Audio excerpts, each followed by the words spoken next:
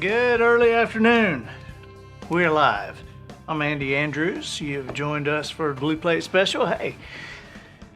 And we are in beautiful downtown Orange Beach, Alabama, the financial district, high above the city and the skyscraper, the second story of the wharf building. And we're excited that you're here. We're kind of coming back after the holidays late.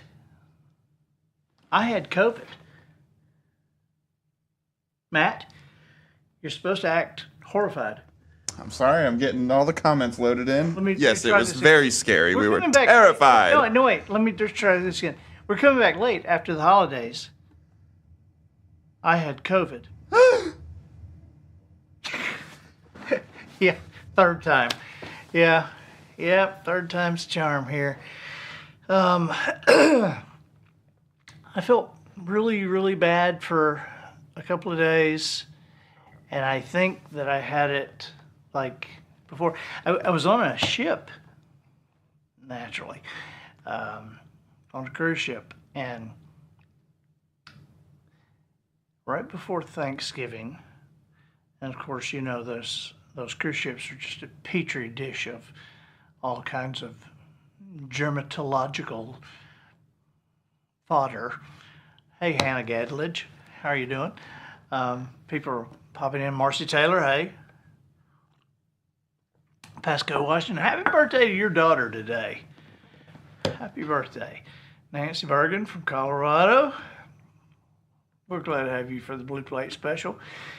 And David Huco, good afternoon, buddy. You know, we're doing this for everybody today because Tuesday we didn't get to, because I was still providing a positive response on my COVID test. But we decided we'd just make this one on Thursday, because usually this is the Wisdom Harbor edition. We thought we'd make it for everybody. Light shirt. The shirt is from Vortex Optics, made in America with the greatest guarantee you've ever seen in your life. It's 100% money-back guarantee for life. How about that for binoculars? That is awesome. Vortex Optics. Yeah, I was on a cruise. I was on the Gaither cruise, the Bill and Gloria Gaither Gospel Cruise. It was unbelievable. Marcy Taylor said, I wonder if you got COVID since Mark Lowry got it. Mark got home from the cruise and had COVID too. Bill did too. Well, there you go. I'll be darned. Yeah. Well, but you know, the weird thing about it is this is the third time I've had it. And I kind of felt bad for 2 days, but not that bad. You know, I coughed, but I didn't feel that bad. And, you know, in fact, I was going to come back to work a couple of days earlier, but I took a test and I was still positive. And, well, I'm feeling even better. And I took another test the next day, still positive. But, you know, yesterday, no more COVID. I don't know. It's obviously, it's diffused. It all kind of goes around what you believe, doesn't it? A lot of our behavior, a lot of how we feel, how we act, a lot of it's wrapped up in how we believe. I really believe that. I just made that up, just right there on the spot. Like, one of my favorite jokes is this: I'm a pathological liar. No, that's not true. I just think that's funny. All right. We're talking about belief, and we're trying to be serious here. Serena, still Garner, in Chile, Ferndale, Arkansas. Heather Olson, hey, from Utah. We are having a great day here. You know, no, Polly and the boys did not get it, Marcy. Neither of them. All of them were on the cruise. None of them sick. Everybody's fine. Margaret Roy says, we met in Williamsport about 20 years ago, and I opened the show for Marie Osmond. Wow. Was that you? You were on the fourth row, I think. I think that was you. Emily! Little M Isbell is tuning in today. Emily is one of our contributors here with Wisdom Harbor. And Emily, you need to come by and do a Bet You Didn't Know very soon. Kathy Hollister, good noonday. Yeah, I am feeling better. So I was telling you about the ship, the cruise, and about belief and how that kind of intersects into what I'm thinking today. You know, I worked on ships. I worked on ships for years, and I would go on for like 8 weeks, and then 6 weeks, and 12 weeks, and I'd be off and on ships, and did that for years. This was 35 years ago, and most of that kind of came to an end when I got married. But when I was on ships, I always noticed. Now this was way before COVID, you know, but I always noticed, and in fact, it wasn't just me. All the entertainers noticed that we would be sick the second week we were on a ship. Like you get on a ship for you're contracted for 4 weeks. You're doing 4 one-week cruises. Okay, well, you're getting on and you're sick the second week. And you get on a ship with a contract for 12 weeks. You're sick the second week. Oh, you're not hearing? Hey, they're not able to hear out there. We're gonna stop just for a second. I don't know why. Just all of a sudden? Just all of a sudden? Or maybe is that speaker? Is your speaker working? Okay, why don't you move over here? I don't know. We'll figure it out after the show. So, where was I? What was I talking about? I'm all thrown off. No, you didn't. You started off badly because you didn't respond to me having the virus. Okay. Well, let's figure out what we're talking about. I think we were talking about, the 2 weeks, or if you get on a contract for 12 weeks, then you're going to be sick the second week. It's always the second week. And so we wondered, did people just all over the world go home from their cruises and get sick the week after? Because, that air is all just like on an airplane. It's being regenerated all through the places. So we've wondered that. And so think back to your days. And have you ever gone on a cruise? Did you get sick when you got home? It's funny, but now that thing is COVID, and what do you believe about that? I don't know. When I was on the ship, I would do a bunch of different things, and one of the things that I would do, hey, Tammy Nance, how are you doing? When I was on the ship and had a microphone in my hand, I would, a lot of the ships I was on had these great showrooms with visuals out over the ocean, and one of the things that I would do with a crowd every week is I would be standing there talking on my microphone, and I would go, ladies and gentlemen, if you've never seen a school of baby dolphins, if you look right over here, that's where they usually are. There don't seem to be any there today, but that's where they usually are. Well, by the time I got to that, these people had already dumped their purses, grabbed their cameras, and rushed. I would turn whole rooms upside down. And so do it again. Ladies and gentlemen, I don't know if you've ever seen a pod of sperm whales before, but if you haven't, if you look right out over here, that's where, and now people are like, the boat's tilting, that's where they usually are. There don't seem to be any there today, but that's where they usually are. If you've ever seen them, that's where you look. And people would be, they would be caught in the middle of, they're like leaping across chairs and across tables, trying to get across tables, and they got the camera in hand, and they realize that they're not there today, and they realize that they've been tricked, and they're like, it would be just this kind of hilarious thing. And so, since I've been on over 150 cruises, I've done that over 150 times. So, but this past time it was in the Caribbean, and we were on a ship.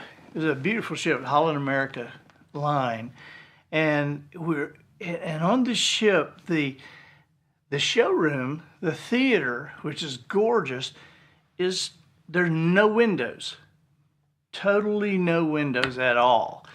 And when you walk in, it's obvious that there's no windows. It's drapery and wall and seats, and you're just surrounded by people. It's obvious. And I had been on that ship with Bill and Gloria Gaither several times. And I'd never done that because, you can't point to some water, right? But I had a thought on this past cruise.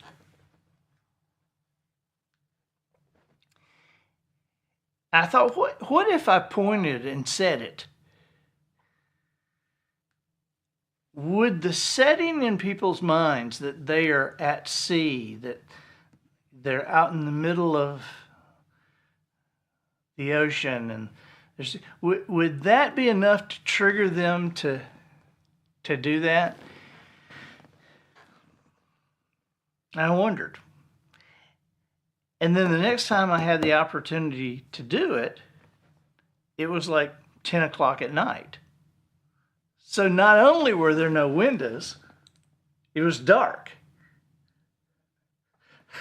And I thought, in for a penny, in for a dime. What the heck? And so I was talking, and I said, ladies and gentlemen, if you've never seen a school of baby dolphins, if you look right over here out that window, and that's where they usually are, on that side of the ship, and that's where there doesn't seem to be any there today, but that's where they usually are. I was shocked. People were backing into their seats, laughing. These people they'd been on the ship for 5 days. They knew there wasn't any windows as well as I knew there wasn't any windows. They knew what time it was. They knew it was dark. You couldn't see anything if there was windows. And yet they were grabbing their cameras and they were going for it. What is that? That is a flight of belief, right? That whatever you believe is so powerful that you can't perform against it. Whatever you really believe. And I'm not saying what you say you believe. I'm talking about what you really believe. At 3 o'clock in the morning when it's dark and you got up and everybody's asleep and you're by yourself and it's just you and God. What you really believe. You don't even have to tell anybody what you really believe is so powerful that you cannot behave against it. I don't know how many. As I continue to contemplate that, I continue to see proofs over and over. Just I see proofs about how often some belief is shifted into a brain and then that action is taken, even if that belief is taken away immediately after. It's like for that moment. So even these impulse beliefs, like the dolphins, and even these impulse beliefs have the power to move things, okay? So I was thinking about beliefs, and I was thinking, what are some things that are really crazy to believe? And of course, what's crazy to me might not be crazy to you.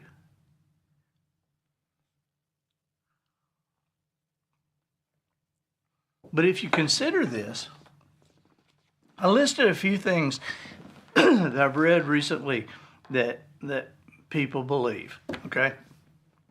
And let's just list them and make fun of them, but then I'm going to get to a point in a little bit. Here's a list of things that people actually believe and are like kind of organized about it. Okay, organized enough for me to read something about it. The push for green lawns in the United States is a push that is done by Big Pharma. And the Cliff Notes version to that is to get green grass, you need pesticides. Pesticides cause cancer. Cancer is good business for drug companies. And so green grass, the drug companies are pushing it. I kind of see the pathway of thinking, but I'm just saying that's something that people literally believe. So, all right, let's do a few more, and then we'll dive into it. And we've mentioned this on this show before. Maybe that was with another network. Make it sound like we're really big. We've mentioned this on the show before, but that Walt Disney, there's a belief that Walt Disney was cryogenically frozen, okay? And the belief is that he was cryogenically frozen, and they made the movie Frozen so that when people Googled Walt Disney Frozen, the movie would come up and they would see that and not find out the truth that Walt Disney is really frozen. That's why Walt Disney Company made the movie. So that if you Googled Walt Disney Frozen, it would be the movie that would come up in the search, not the man who they had secretly frozen 70 years ago. I don't have enough time to think in that many circles. I mean, that's just... And by the way, he is not frozen. Okay? I mean, I can tell you that for a fact. For an absolute fact. And you ask, how can I tell you as a fact? Hey, when's the last time you were at Walt Disney? Do you know how much that place costs? I mean, it is $52 to park. To park! That's not getting in the place. That's to park. Can we park somewhere else? No. Not unless you can walk 5 miles to get here. $52 to park. This place is, I mean, a bottle of water, walking around the park, a bottle of water, $9. $9! It's the happiest place on earth. Don't get me started. A watermelon slice, like a thin little, like, you do a watermelon in half this way and then chunk it in 1 inch. So a 1 inch thing, watermelon slice, $7. So how do I know Walt Disney's not frozen? Because if the man had been frozen, the company would have figured out a way to put him on display and charge people to see him. So obviously he's not frozen because they're not making any money off of it. And so, and who's the stupid ones in this category? You know, I mean, here, let me be the.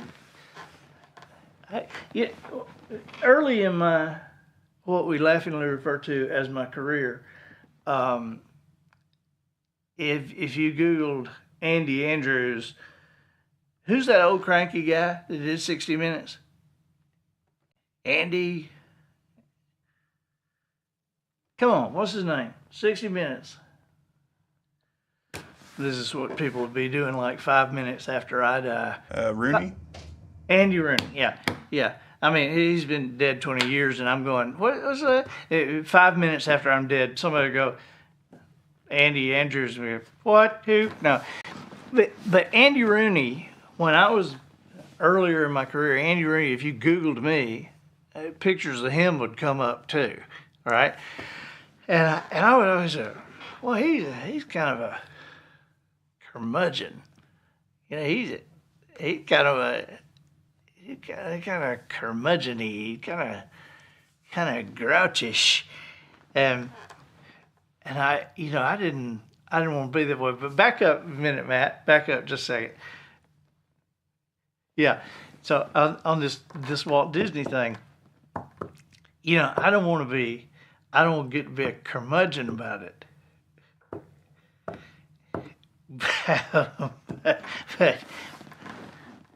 But when we were kids, our parents didn't have to pay $52 to park.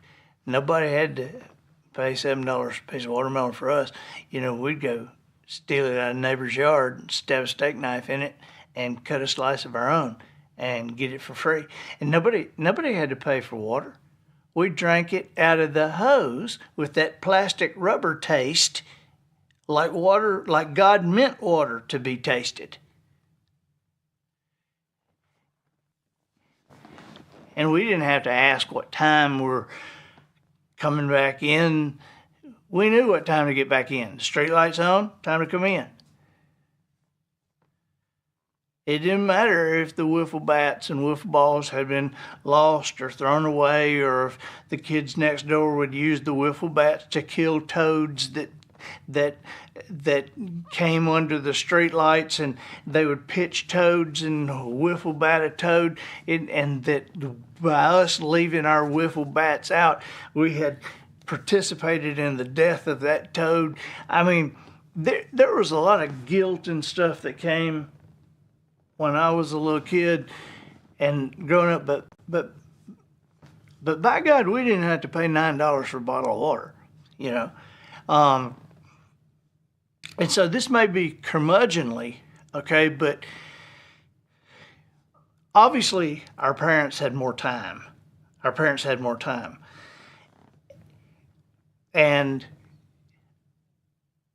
I think that if we can just take a little time to say, sit here and figure out what to do with this stick, instead of going over here away from the kid and making $1,000 to buy him a game that'll help him paint a stick that has been created by a computer.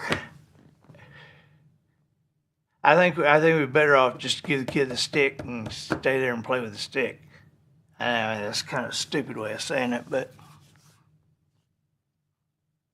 just something I believe. All right. So on this belief list, this is a great one to me. Rocks are soft until you touch them. When human flesh comes in contact with rock, it becomes impenetrable, but they're actually very soft until you touch them. I love that.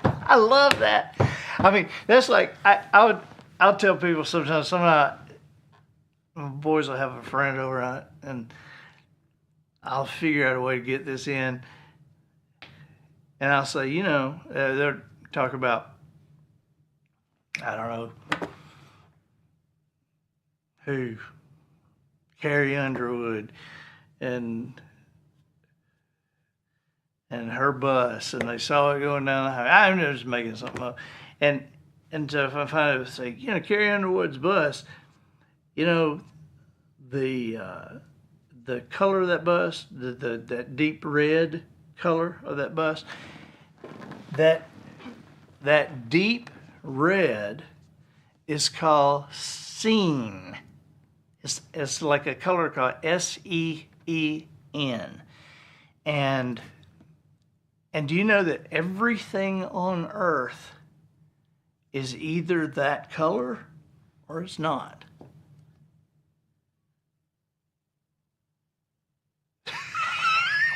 People, that's interesting. I've never thought of that. Yeah. Everything on earth. Everything on earth is either this coffee cup or it's not. Rocks are soft till you touch them.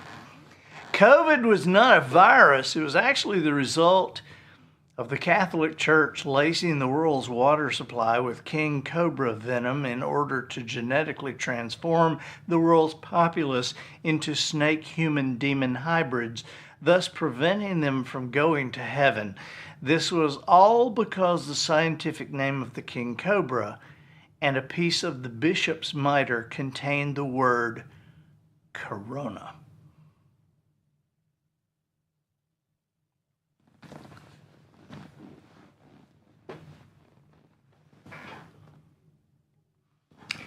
Yeah. That sounds like a candidate for the Laughing Academy. All right, here's a belief that I think is pretty interesting, at least to me. The belief that ADHD is actually a form that people who have ADD are actually glitching through different time dimensions.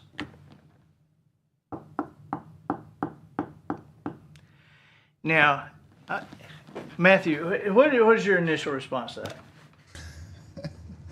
that? It sounds like some drug use is involved with these people's lives. Right.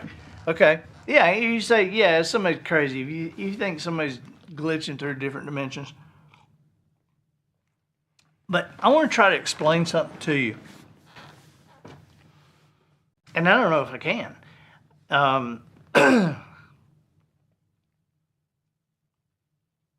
I've never tried to explain this before.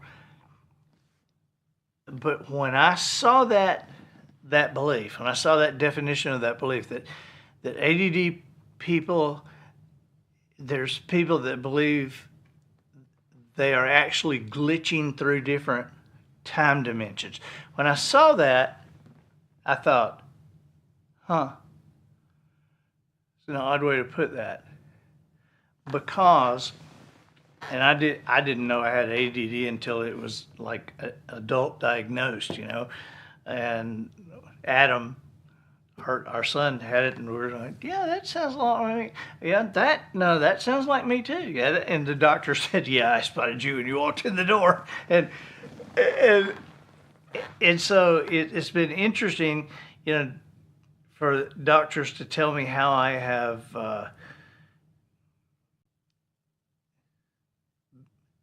How they put it, been able to navigate the ADD, to make it my friend, and so that's what they tell me. But it's been interesting to look at it and know as an adult what a kid is experiencing when somebody thinks that he's just crazy or not paying attention, or can't you pay attention, and And I realized, with Adam, with our 11, then 11-year-old, I realized some of the same things were repeating in my life, because I would be I would be getting on to Adam. I'd be getting on to him about something that I had told him to do, and he didn't do it, and he just didn't do it, and I'm getting on, and I'm thinking about, boy, this sounds so familiar in my life with my dad and me, and so as we were getting this diagnosis, one of the things that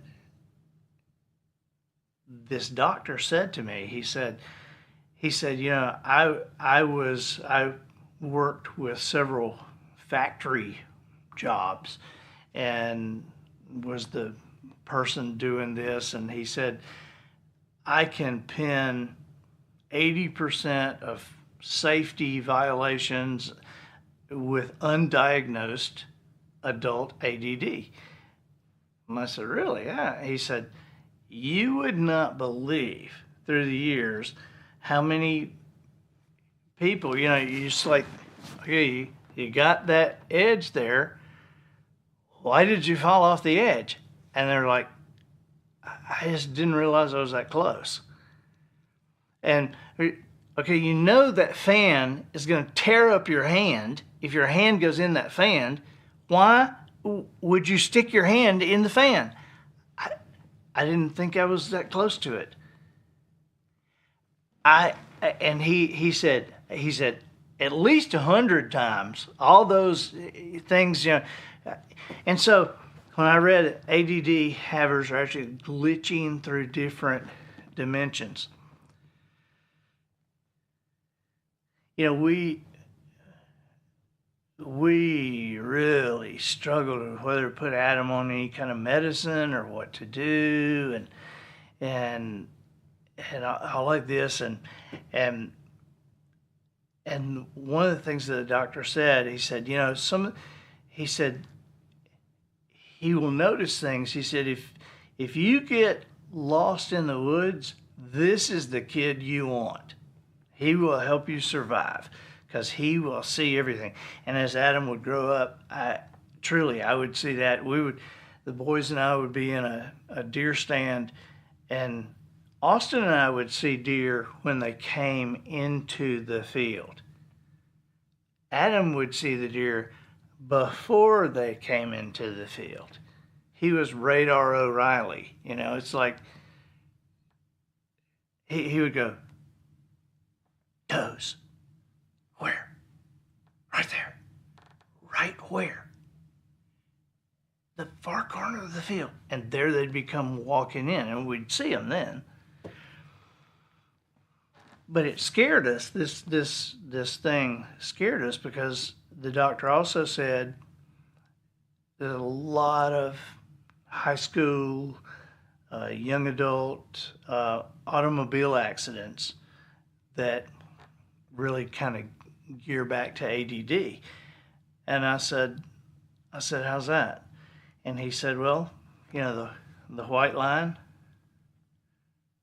going as you're driving. What happens if you just don't see them for a little bit? And I said, what do you mean don't see them?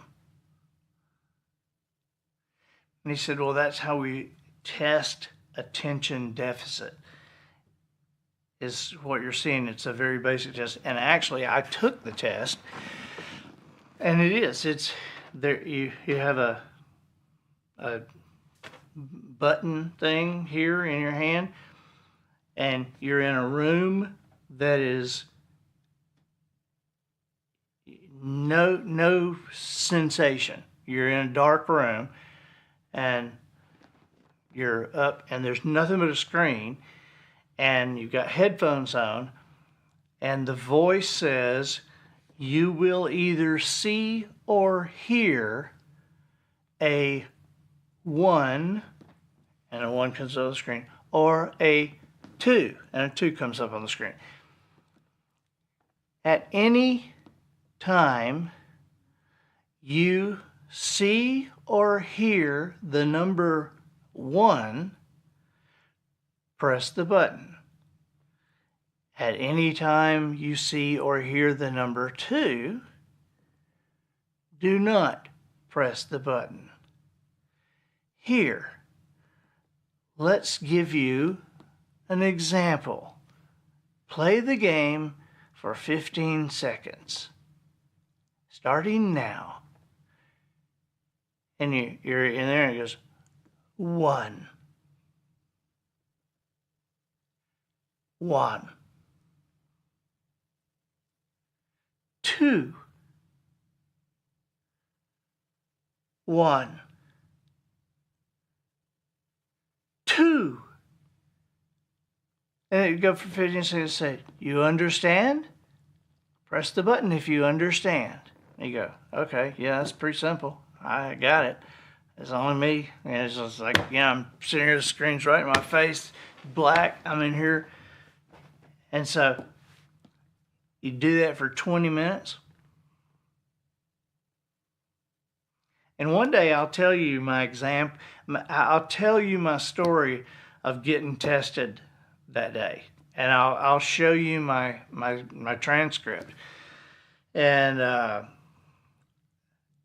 but the example that I wanted you to know is I tested horribly. I mean, horribly.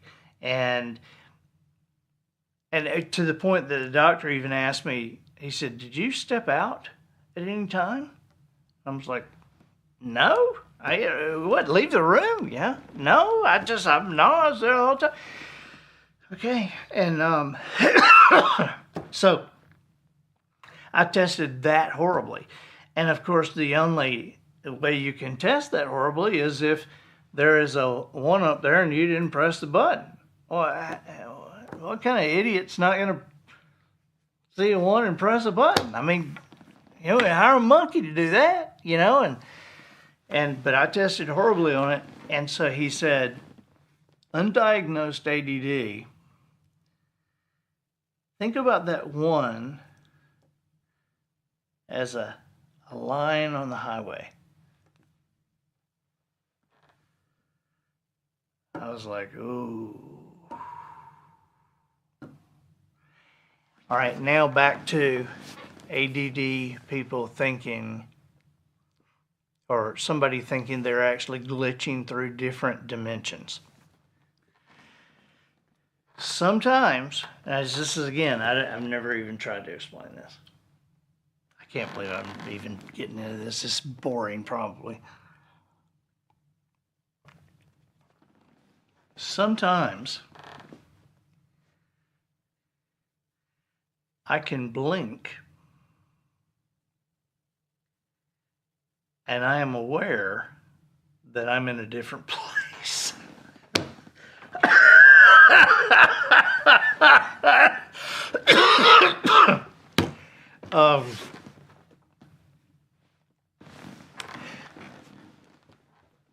Now, I'm not talking about, I'm not talking about like I was in Orange Beach and now I'm in Maryland. I'm not talking about that. I'm talking about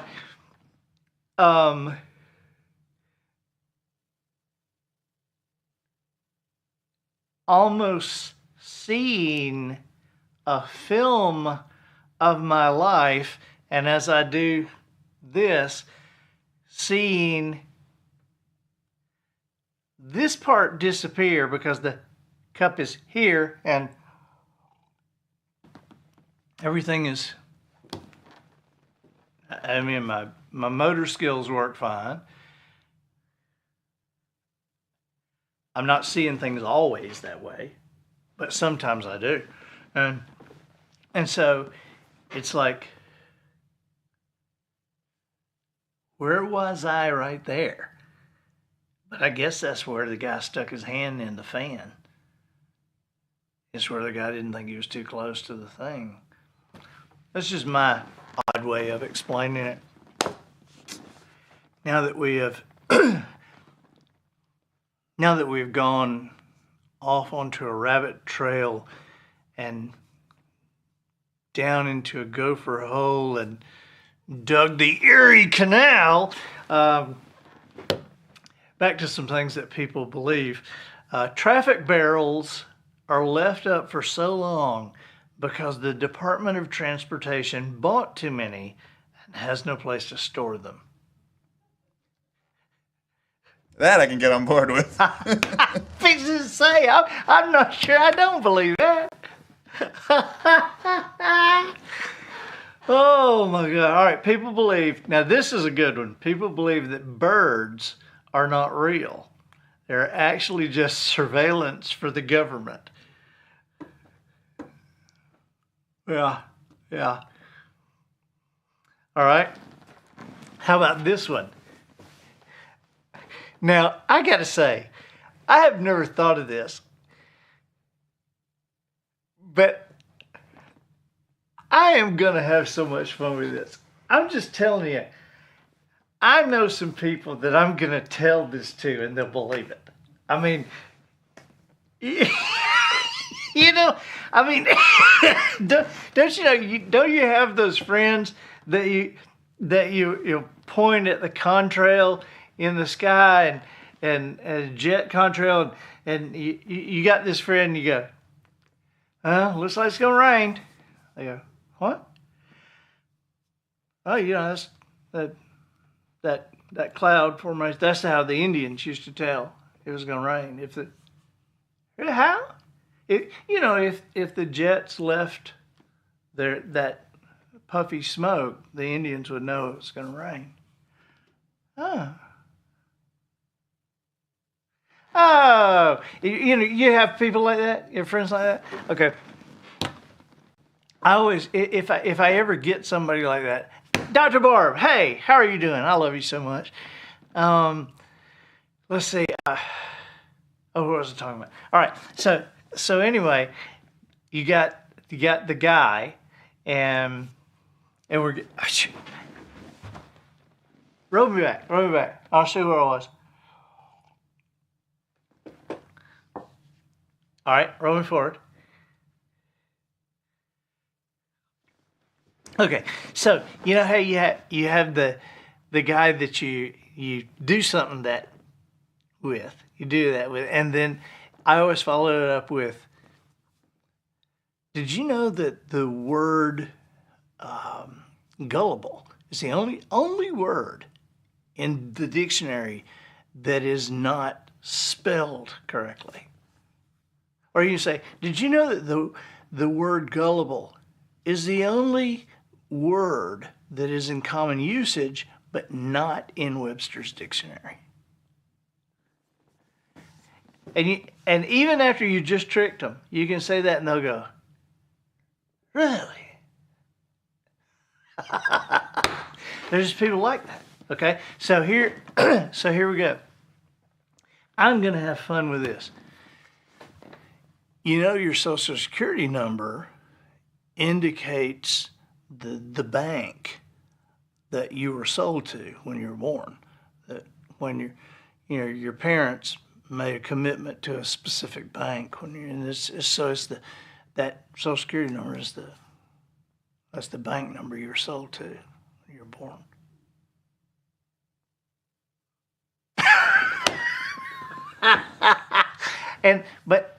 But please, tell them you're kidding quickly. All right? The moon landing was faked. People believe it. There was an O.J. Simpson movie about that he was in, that they were faking the lunar landing. 9/11 was an inside job. People believe that still. I think today's show just goes to show us how powerful belief is. We're about to enter into an election cycle in this country that is going to be one like we have never experienced. And let me tell you why.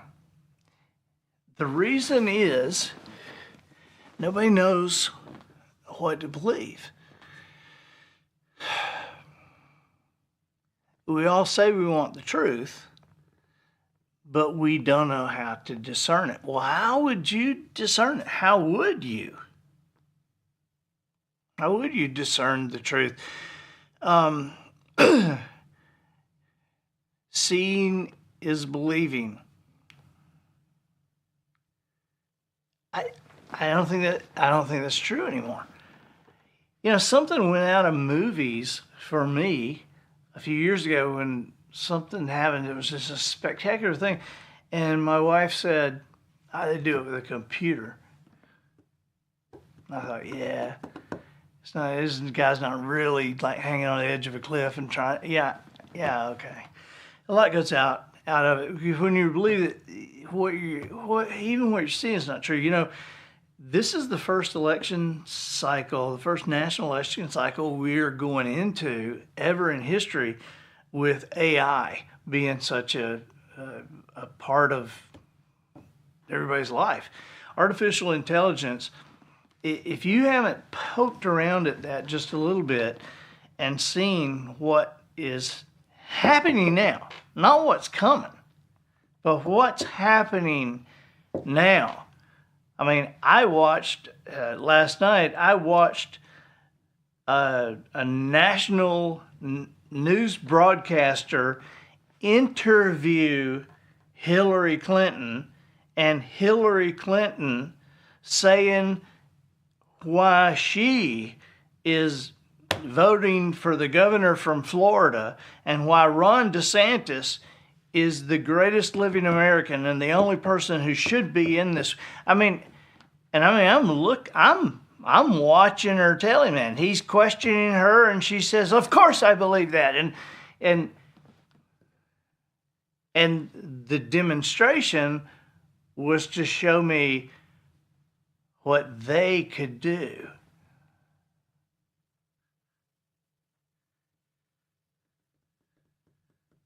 You know, when you look at something and you can't even figure out whether or not to believe it,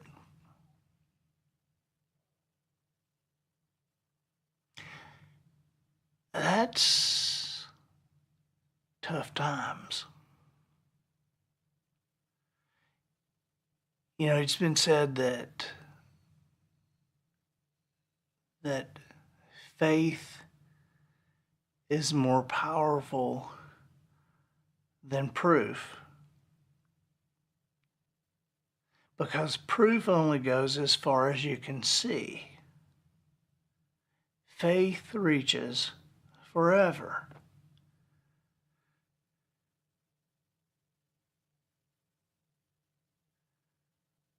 Well, now even proof has lost its luster, because you can have something proven to you and freely acknowledge that what you are looking at and seeing and hearing may be an absolute lie.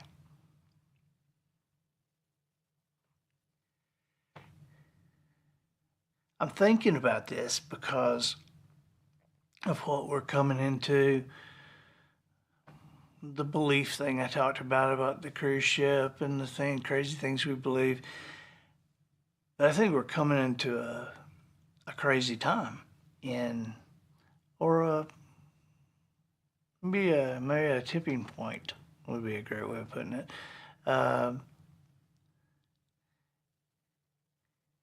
I want to make sure we all have our eyes wide open, that we're doing everything we can to, a tipping point. You got this much going here and this much going here. I want to make sure we're doing everything we can to keep the weight on the back here. I mean, Wisdom Harbor, our stated objective is to create the next greatest generation, starting with your hometown, starting with your school, starting with your family. And so we've got to push this back. And the only thing that can push it back is the truth. So the truth is one thing. The truth is like best. There can be different categories. And some of you be true and not even be the truth. But when we're talking about the truth, that's the foundation. That's the bottom line. And so to change things and to have a sense of our own sanity when we're looking at things we can't believe, when we are understanding that we need to believe that faith is more powerful than truth. If we can put it in our minds that this is the point we need to get to, that I need to increase my level of belief of how important to my daily life faith is.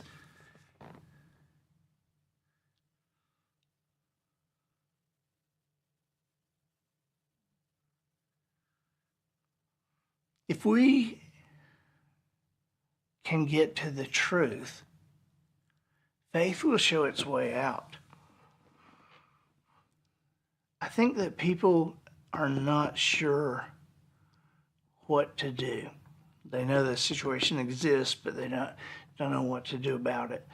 And I'm going to be thinking deeply about this, and I'm going to give you a few ideas, okay? And we'll have some discussions about this. What we believe is everything. So if what we believe is everything, don't we need to believe it's truth? Bye-bye.